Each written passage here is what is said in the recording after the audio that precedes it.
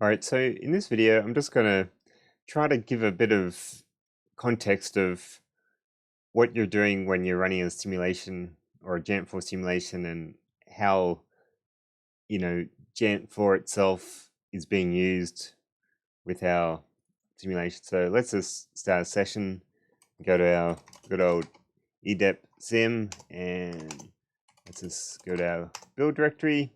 And so you might be thinking to yourself when you're running a simulation. So, we get all this output and we finish our file and all that.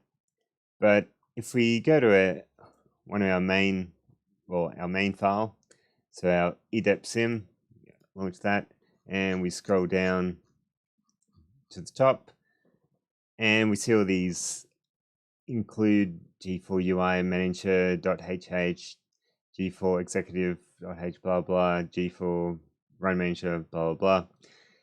And if we go up to our actual project directory and list our included files or header files, we see we've only got these 8 files, and we don't have any of these G4 files. So you might be thinking, like, how are we using these files? So if we just go open another session just for convenience, and I open a .bashrc, and so what this .bashrc file is, and just if you just go ls, you won't see it in your home directory because it's a hidden file. But if you're exploring with Mobile Xterm, then you'll be able to see it as a hidden file with grayed out. But if you just go something like cat to print the file to screen, you can see the contents, and you can also edit the file with gedit or anything like that if you want to. But just in case you're thinking why it doesn't show up when you go ls in your home directory, just because it's a hidden file, and it won't show by default with just ls. So back to the actual .bashrc file. So this .bashrc file is called every time you log in to the server, and it sets up your environment that you want to use. So in this case, it's already been set up for you.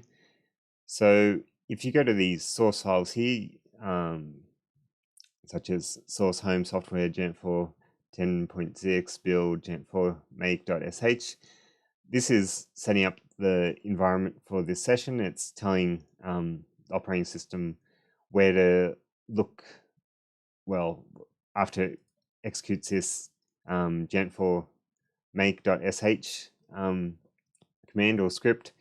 It will tell the session where all the actual Geant4 files are. So you might be thinking, what are we talking about when we're talking about the Geant4 files? So, when we listed all of the files we had in our file, our directory, we only had like 8 classes up. So when we list our source, we've got these 8 classes, and we've got our main. So when we look at this .bashrc file, we see this geant4.make in this directory here. So Geant4 itself is what's called a toolkit. So let's just go to the software directory. So what it means, like, you'll probably come across this quite a bit if you ever read a bit into Geant4, is that Geant4 is a toolkit. So what this means is that you have to write a program yourself, and there isn't just a ready-made program that you can just run out of the box. So for instance, like, if you're used to just regular C++ or any program, you have to write programs such as like the Hello World program, and then use a compiler, and that compiler is pretty much a toolkit itself, because it's got all the code and the tools how to convert your code into an actual program itself. So when we say Geant4 is a toolkit, what it means is, so it's a collection of code or like of commands that have already been written that we can then use. And so I've gone into the software directory, and this is what's called in our .bash.c file every time we log into the server. So when you're installing Geant4, you have to download the Geant4 source code. So in this case, this is the Geant4.10.06. So if we just go into that directory, and we come across all these directories and files, license and examples, stuff like that. And if we go into the source directory, list that again, we've got all these different directories. And for instance, if we go to physics list and list that, you've got all these builders, constructors, all these directories. So what we're looking at here is the actual source code of Geant4 itself. And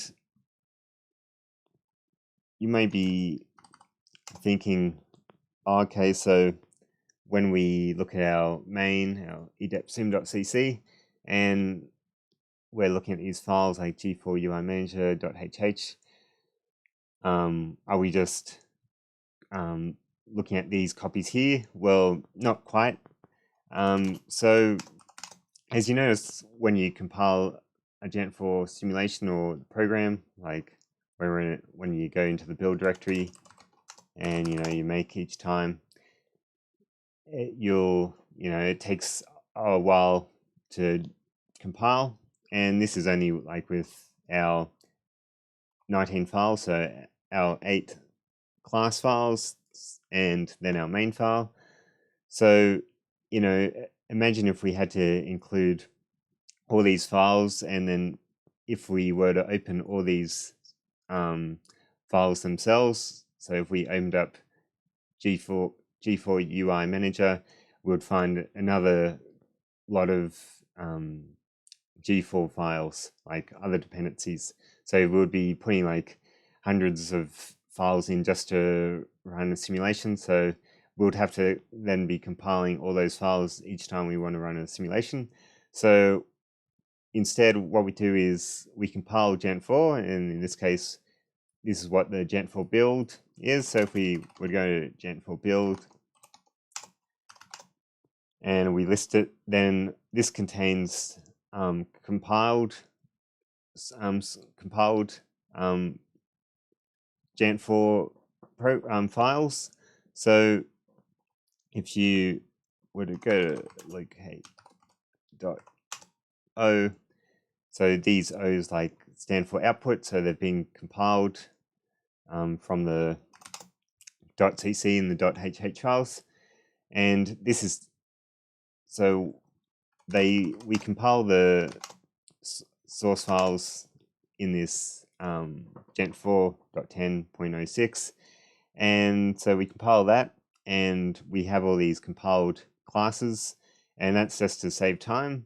So because it takes time if we're just recompiling the same classes all the time and for our simulation. So it's much more efficient just to compile all the common files once and then just call them when they're needed instead of having to compile them.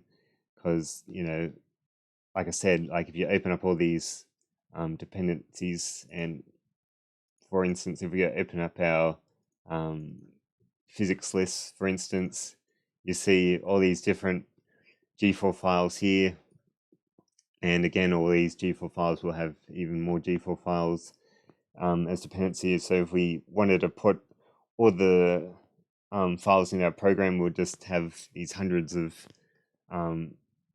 files that would have to be compiling every time we want to make a simulation. So it doesn't make sense to have n as well as just keeping track of all these files every time. It would just get too large. And so what we do is we put all these files into one place, and then we call them when we need them, and the program we write knows where to look for it. Like when we're running Geant4, it knows where to look for all these .hh files and stuff when we source the file. So by doing this, we're telling the operating system or the session where to look for these G4 files. So that's a bit of a context of, what you're doing when you're running a simulation. So, you're running these simulations, and what they're doing is they're calling all these other program files that have already been written and compiled, and your programs themselves contain dependencies of all these files that have already been compiled and written. And it's done this way just because much more efficient and easy to keep track of. So hopefully that helps a bit in understanding what you're doing when you're running a simulation, and because it can be a bit of a very new sort of context of I've got these. Sorry, let's just go up to projects. I've got these few files. Is this all that Geant4 is? Well, no, because we've got all these dependencies, all these G4 dependencies in our actual program files. So in this case, a main, and all these actual dependencies have already been compiled, and they're just linked in some shared directory that we can call. And if we wanted to try to say something, oh, this is the Geant4 code, then you could call this like what the actual Geant4 code is, since that's where it lives, and then we're just calling it later. So these files themselves, we've written Geant4 programs, and we can do this because of the Geant4 toolkit, which is a collection of lots of different functions or classes which perform lots of different things. So when we're running a Geant4 simulation, we're just writing our own little programs, and then using all the dependencies, they're calling the source file themselves, which are located over here.